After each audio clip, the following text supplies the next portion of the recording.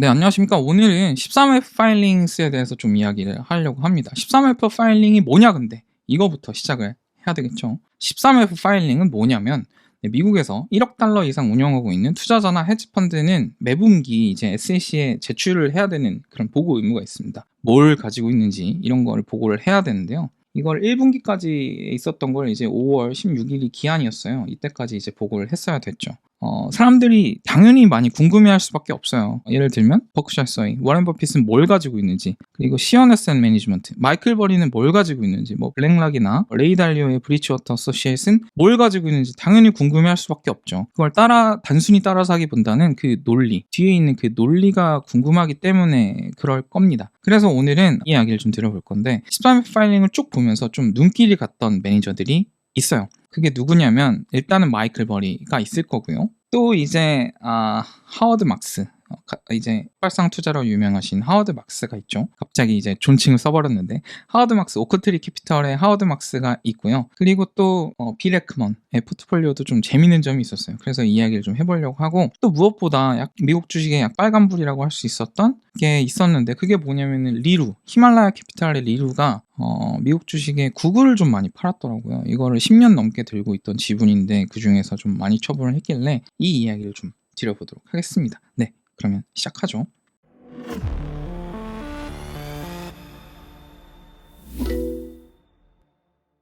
네, 첫 번째는 이제 바로 버리, 시언 에셋 매니지먼트, 버리 이야기부터 시작을 해야 될 것 같습니다. 이 버리는 여러분들 잘 알고 계시겠지만 이 빅쇼트라는 영화에서 좀 많이 아셨을 것 같아요. 근데 이 빅쇼트가 다루고 있는 사건, GFC, Great Financial Crisis죠. 2008년에 있던 이 부동산 버블 위기를 이때 맞추면서 굉장히 유명해졌던 투자자인데요. 사실은 뭐 이거 말고도 버리한테는 굉장히 많은 성공도 있었고 뭐 실패도 있었겠지만, 그 중에서도 이제 기억을 해볼 만한 거는 GME가 있겠습니다. GME, 게임스탑, 숏스퀴즈로 엄청나게 올라갔던 그 주식이 있죠. 여기에도 꽤나 많은 투자를 했기 때문에 이게 3불에서 300불 100배를 가는 만큼의 차익을 다 거두지는 못했지만 꽤 많은 차익을 거뒀다는 이런 이야기가 있습니다. 뭐 이렇게 좀 유명한 투자자인데, 이 시언 에셋 매니지먼트의 포트폴리오에 많은 변화가 좀 있었어요. 어떤 변화가 있었냐 하면은, 사실 많은 변화라고 하기에도 좀 뭐한 게 다 팔았어. 다 팔았어요. 여기 셀 100% 이거 보이시죠? 네,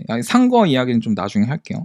다 팔았는데 뭘 팔았냐면은, 버리가 사실은 2024년 말까지 이 중국 주식들 보이세요? 이 알리바바, 그리고 바이두, 징동, 그리고 핀더더 같은 이런 중국 주식들을 크게 모으면서 이제 중국 롱에 대한 입장을 강하게 보여줬거든요. 근데 다 팔았어. 다 팔았단 말이죠. 1분기에 다 팔았어요. 이거 왜 그랬을까? 이런 생각을 당연히 해야 될 거고, 사실은 뭘 사고 뭘 팔았는지보다 그 뒤에 있는 논리가 더 중요할 겁니다. 그렇겠죠?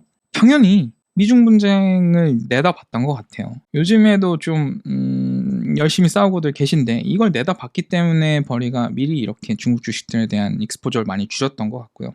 이 리버레이션 데이 4월 9일이죠. 4월 2일이죠. 4월 2일 전에 이 중국 주식들 모아왔던 이 바바, 바이두, 징동, PDD 이런 것들을 대부분 다 매도를 해버린 모습을 보여주고 있습니다. 근데 이렇게 보시면 차트는 사실 이래요. 이 차트는 어떤 차트냐면, 이 흰선 같은 경우가 이제 중국입니다. 네, 중국의 MSCI 지수인데 굉장히 흐름이 좋았죠. 1월부터 3월까지 이렇게 쭉 올라왔던 걸 보여주고 있습니다. 그러니까 버리는 이 모아왔던 주식들을 이 중국 주식이 강세로 들어가는 1분기에 많이 팔았다는 거예요. 1분기에 많이 팔았고, 반대로 미국 주식은 그렇게 흐름이 그렇게 좋진 않았어요. 1분기에는 이렇게 내려오는 흐름을 보여주고 있었는데, 버리가 기대하고 있던 이벤트는 아마도 이 지점이었을 겁니다. 이때가 뭐냐면 바로 리버레이션 데이, 자유선언의 날이었다고 해서 트럼프가 이제 주식 박살내버린 날이죠. 그래서 바바, 징동 같은 걸 다 처분을 하고 여기서 멈추지 않았었습니다. 그것도 뭐까지 했었냐면은, 관세 접쟁을 앞두고 이 알리바바, 그리고 PDD, 이건 핀더던데 PDD, 그리고 징동 이런 거, 바이두 이런 거에 대해서 풋옵션까지 샀다는 거예요. 그러니까 여기 보시면 가지고 있던 거 다 팔고 여기서 중국 풋까지 샀었다. 이게 3월이니까 3월 말에 이렇게 했었다는 겁니다. 그럼 이때 돈을 엄청 벌었겠죠. 뭐 그랬을 것 같은 생각이 들어요. 근데 또 한 가지, 이 엔비디아 풋옵션을 많이 팔았다는 이야기가 있는데요.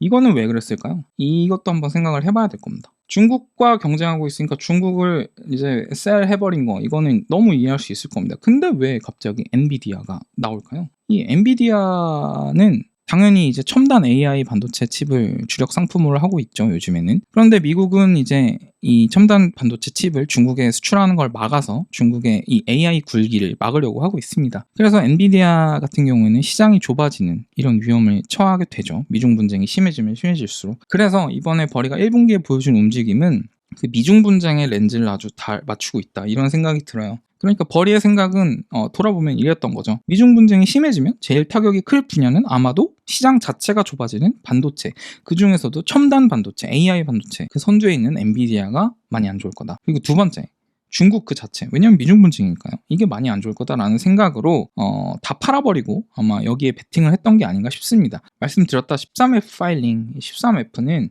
1분기까지의 보고 내역이 들어가 있어요. 그렇기 때문에 이 포지션을 지금 5월이죠.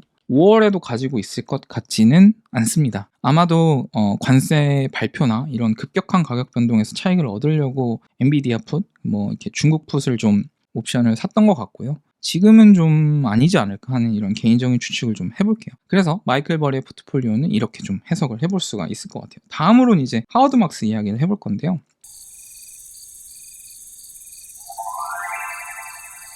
하워드 막스는 이제 뭐 이분도 소개부터 해야 되겠죠? 하워드 막스. 네.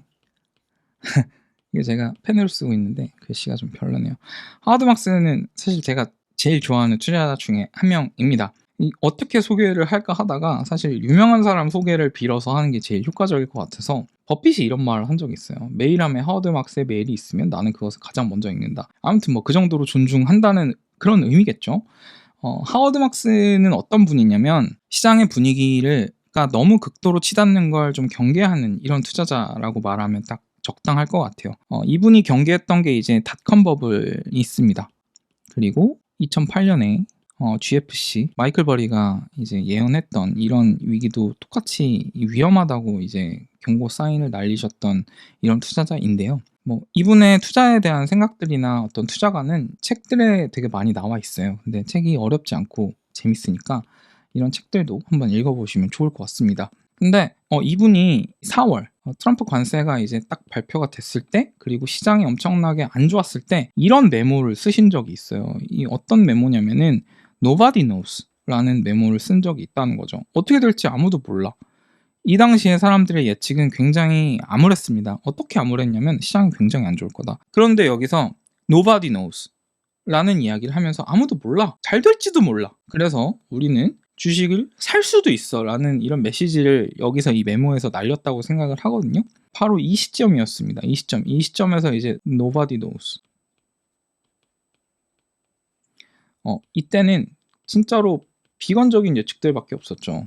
이때 사람들이 뭐라고 했냐면 관세 때문에 이제 다 망했다, 뭐 다 죽었다, 뭐 이런 소리 하고 있었잖아요. 좀 더 요약을 해서 말씀을 한번 드려볼게요. 이때 이 Nobody knows라는 걸 일단 좀 배경을 약간 설명드리자면은 이게 yet again이라고 했어요. 왜 yet again이냐면은 이분이 2008년 9월 15일에 그때도 이 Nobody knows라는 이 메모를 달아서 냈거든요. 주식시장 끝난 거 아니다. 이 당시에 비관이 엄청나게 팽배했는데 다시 오를 거다, 뭐 이렇게 얘기를 하시면서 Nobody knows라는 메모를 내신 적이 있습니다. 근데 이번에 관세 때문에 주식이 많이 떨어졌을 때도 똑같은 메모를 내셨다는 거죠. 그리고 이 메모는 굉장히 긴데요. 여러분이 뭐 읽어보시면 좋겠지만 핵심 문단은 제가 가지고 왔습니다. 핵심 문단은 뭐냐면 밑줄 쳐드릴게요. 밑줄 말고 형광펜으로. 냉정한 머리, 그리고 매우 부정적인 정치 및 주식시장 반응이 우세하여 관세가 덜 해로운 수준으로 되돌아갈 수 있으며 실제로 그렇게 됐죠. 아마도 자유무역의 이득으로 이어질 수도 있습니다 라는 말을 이때 했습니다. 이 당시에 이렇게 이야기했으면 사람들이 쉽게 동의하지 않았을 거예요. 근데 가격이 이 사실보다, 팩트보다 가격이 더 민감하게 반응했기 때문에 여기서 살 수 있는 기회가 생겼다라는 말을 아마 하고 싶었던 게 아닌가 하는 생각이 들거든요. 물론 그 이후에 주식이 많이 올랐죠.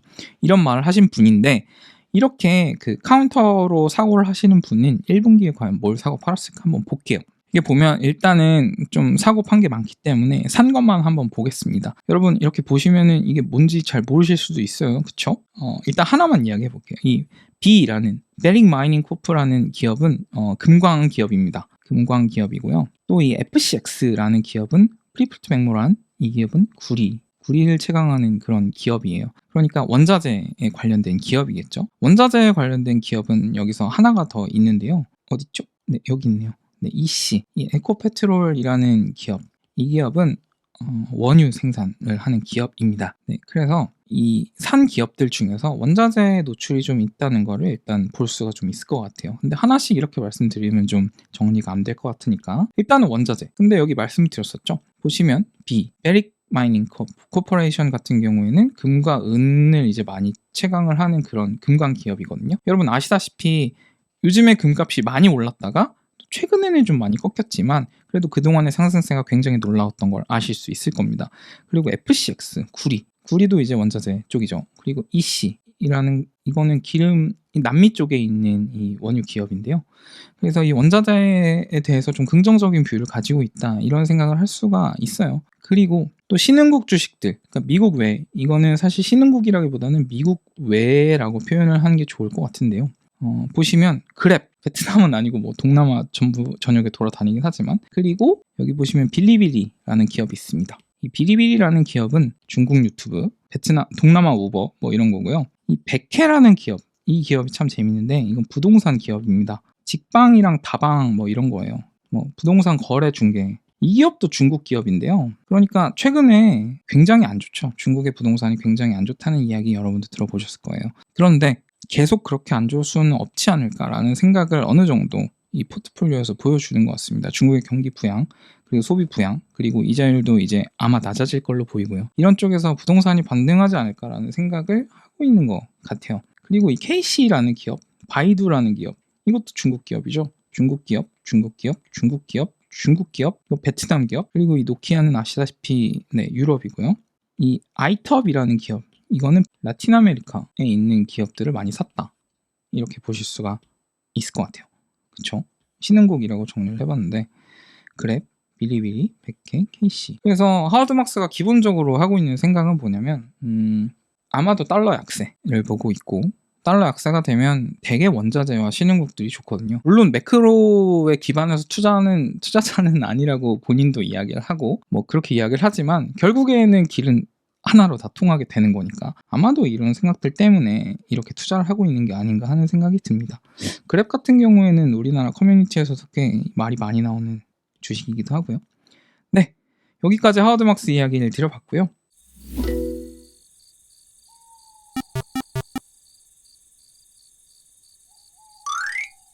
그 다음에 이제 비레크먼 이야기를 좀 해보려고 해요. 사실 뭐 이분은 그렇게 길게 이야기할 건 없고, 이분이 우버를 산 걸로 되게 회자가 많이 됐잖아요. 우버를 왜 샀을까? 뭐 이런 생각을 한번 해볼 수가 있겠는데, 이분이 이렇게 보시면 비레크먼이 이번에 우버를 많이 샀어요. 우버를 얼마나 많이 샀냐면 포트폴리오의 거의 20%나 될 정도로 많이 샀습니다. 5분의 1이면 거의 이 기관 투자자들한테는 거의 몰빵이니까요.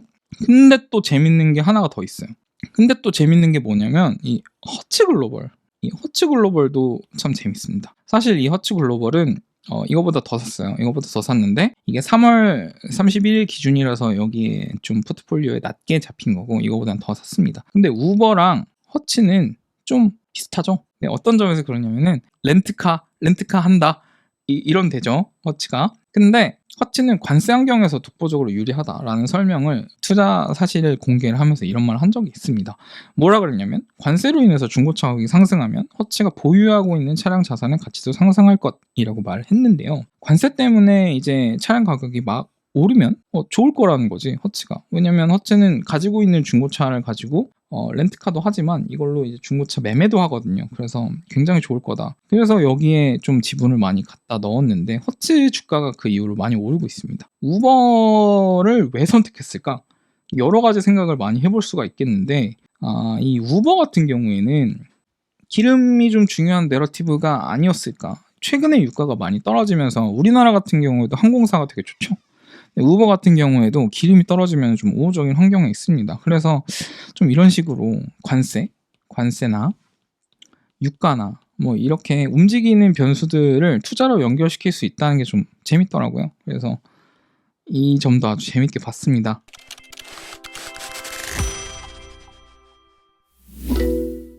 그리고 오늘의 아마도 마지막 이야기를 하게 될 것 같은데 리루 이야기를 할게요. 이분은 리루라는 분의 젊은 시절 얼굴입니다. 영화배우 같죠? 누굴 닮았는지는 잘 모르겠지만 아무튼 리루는 누구냐 근데 아마 많이 모르실 거예요. 리루는 이런 책이 나왔어요. 이 책 저도 읽어봤는데 재밌는 책입니다. 여러분 한번 읽어보십시오. 나도 한번 이거 책 리뷰를 한번 해볼까 싶기도 한데 근데 여기 찰리 먼거가 이제 서문에 이 소개말을 달았는데 이게 첫째 문장만 보면 조금 약간 먹이는 것 같기도 하죠. 리루 is not normal. 리루 너는 정상이 아니야. 아무튼 두 번째 문장을 보면 극찬을 하고 있어요. He's the Chinese Warren Buffett이라는 이야기를 하고 있는데 20억으로 20조를 만든 아시아의 워런 버핏 리루 뭐 이렇대요. 20억으로 20조를 어떻게 만들었지? 20억 달러로 20조 위안 뭐 20조 뭐 저기 어디 뭐냐 동남아 무슨 화폐 뭐 이런 걸 만든 걸까요? 아무튼 간에 이분이 어떤 분인지 그래도 소개를 해야 될 것 같으니까 소개를 좀 드릴게요. 리루가 누구냐? 리루는 1966년생입니다. 그래도 나인 이야기 해야 되겠죠. 또 이제 동방예의지국이니까. 그 이분이 20살 초반에 10살 후반인가요? 아무튼 이때 천안문 시위에 이 주동자로 참여를 한 전적이 있으시대요. 근데 당연히 이제 중국에서는 살 수 없었을 테니까 프랑스로 이제 도망을 갔습니다. 그리고 여기서 또 미국으로 도망을 가서 컬럼비아에서 수학을 했는데 네. 여기서 수학을 했는데 여기서 버핏을 만나게 돼요. 근데 이 버핏을 만날 때 이야기도 좀 재밌는데 그 친구가 그 대학원이죠. 대학원 친구가 그 버핏을 만날 수 있다라고 이야기를 했을 때 그 버핏이 누군지 몰랐대요. 이분은 버핏이 누군지 몰라가지고 거기 가면 나 뷔페 먹을 수 있어? 뷔페 먹을 수 있어? 그래가지고 이걸 먹을 수 있는 줄 알고 따라갔다는 거예요. 근데 버핏을 거기서 만나게 되고 이 투자라는 거에 강하게 매료됐다고 합니다. 뭐 약간 영화 같은 이야기죠. 그래서 이때부터 이제 투자에 전념을 해서 투자를 시작하게 되는데 졸업하고 나자마자 거의 히말라야 캐피털이라는 자산 운용사를 세워서 여기서 이제 투자를 시작을 하게 됩니다.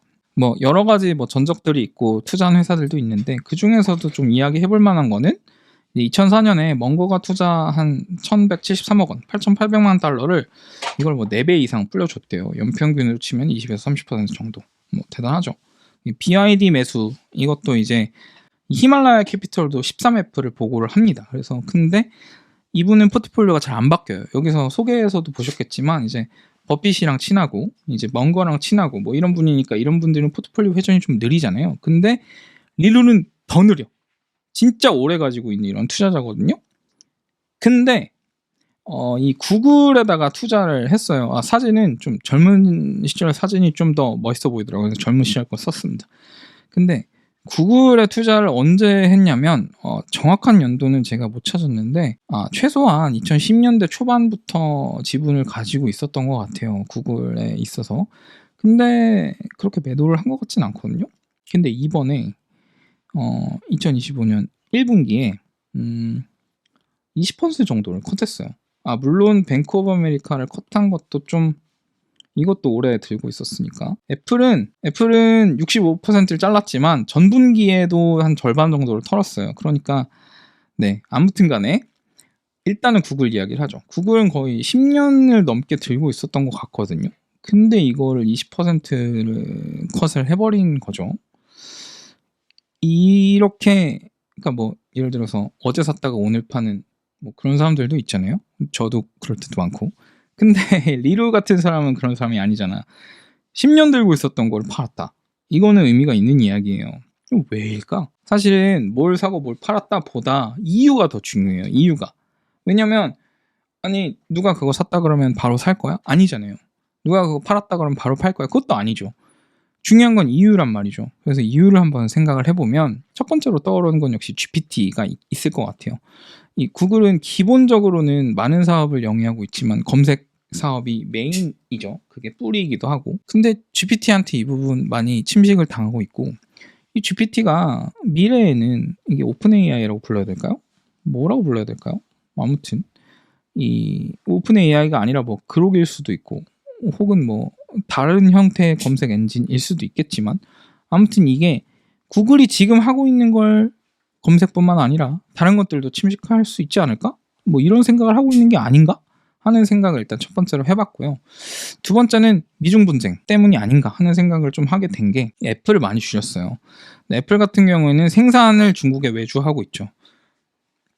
그래서 미중 분쟁에서 취약한 주식이 이제 애플과 테슬라 같은 경우에도 이제 뭐 사이버캡 같은 것의 부품을 중국에서 많이 공수를 하기 때문에 위험이 좀 있다고 할 수 있을 텐데요. 그래서 싸우면 안 돼요. 그래서 아마 이번에 좀 관세가 누그러지게 된 듯 머스크가 역할을 하지 않았을까, 뭐 그런 망상을 약간 해봅니다. 아무튼 미중 분쟁이 좀 걱정이 됐던 게 아닐까 하는 생각도 좀 들고요. 물론 구글은 중국에서 서비스를 본격적으로 하고 있진 못하고 있긴 하지만, 그리고 세 번째는 이 한 시대를 풍미했던 테크주가 약간 피크아웃한 게 아닌가 하는 신호를 보내고 있는 게 아닐까요? 이건 그냥 제가 생각해 본 거니까 저한테 너무 뭐라고 하시지 마시고. 네.